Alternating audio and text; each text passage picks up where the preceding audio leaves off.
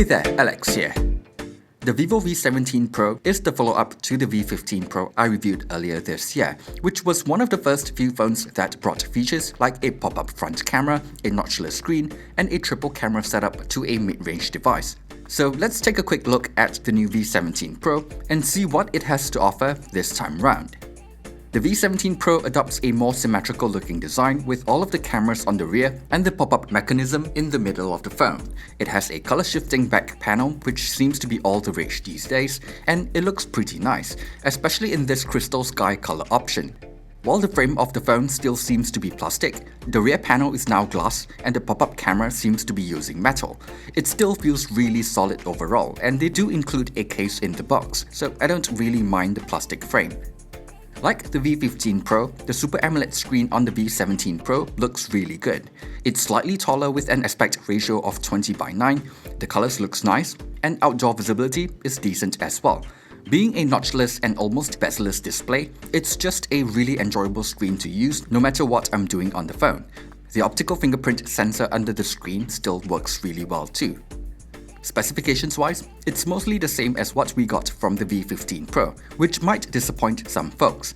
They also removed the micro SD card slot as well, but it's not a big deal to me since 128GB should be more than enough for most folks. On the bright side, at least the headphone jack is still here. While it would have been nice to have a newer chipset, the phone still performs quite well. It might take a bit longer to open some apps compared to flagship devices, but other than that, it's just as nice to use. Also, we do get a slightly bigger 4100 mAh battery, which can get me through a day of heavy use easily, and we are finally getting a USB-C port here. So overall, considering that the price of the phone is lower than the V15 Pro at launch, I think this is still a small upgrade. When it comes to software, if you're very picky about software experience, you already know FunTouch OS isn't for you. It has a bit of bloat, major software updates are not going to be as quick, and because the UI design has some influences from iOS, there is a bit of a learning curve if you're coming from another Android phone. But other than that, I think it's usable. It performs well, it has a bunch of useful features, and once I got used to having the control center at the bottom of the phone, it's actually easier to use one-handed.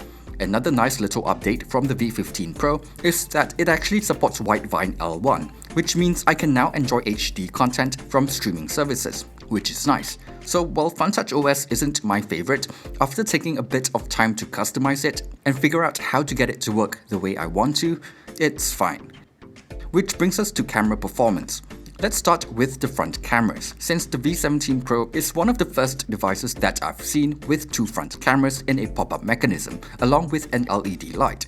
The main selfie camera performs really well in all sorts of lighting conditions. The colors isn't always the most accurate, but it does a good job at keeping faces properly exposed.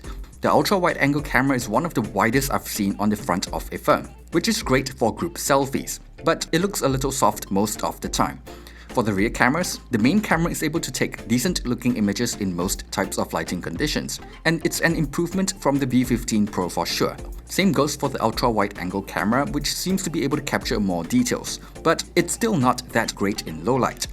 For the additional macro camera, because it's just 2 megapixel, and when you're that close to a subject, the phone blocks out some light, so most of the time I can get better looking results just using digital zoom on the main camera. The last camera is just a depth sensor for better background blur effect. Like most mid-range devices, camera performance is not as good as flagship devices, even if it does have like 6 cameras in total. But at this price point, I think it's decent enough, especially for the main front and rear cameras. As usual, I'll have a link in the description below with everything I took with the phone. Overall, I think the V17 Pro is a nice improvement over the V15 Pro, especially in the areas that matters, like build quality, camera performance, battery life, and a USB-C port. Being a mid-range phone, I'm not really expecting to see features like water resistance, wireless charging, or stereo speakers, but the rest of the phone is still able to come together to provide a good user experience. So if you're okay with FunTouch OS, it is a pretty decent phone. That said, Even though it is already 100 Singapore dollars cheaper than the V15 Pro at launch, I still think that a better chipset or a lower price tag would have made the phone even more attractive, especially considering how insanely competitive this market segment is.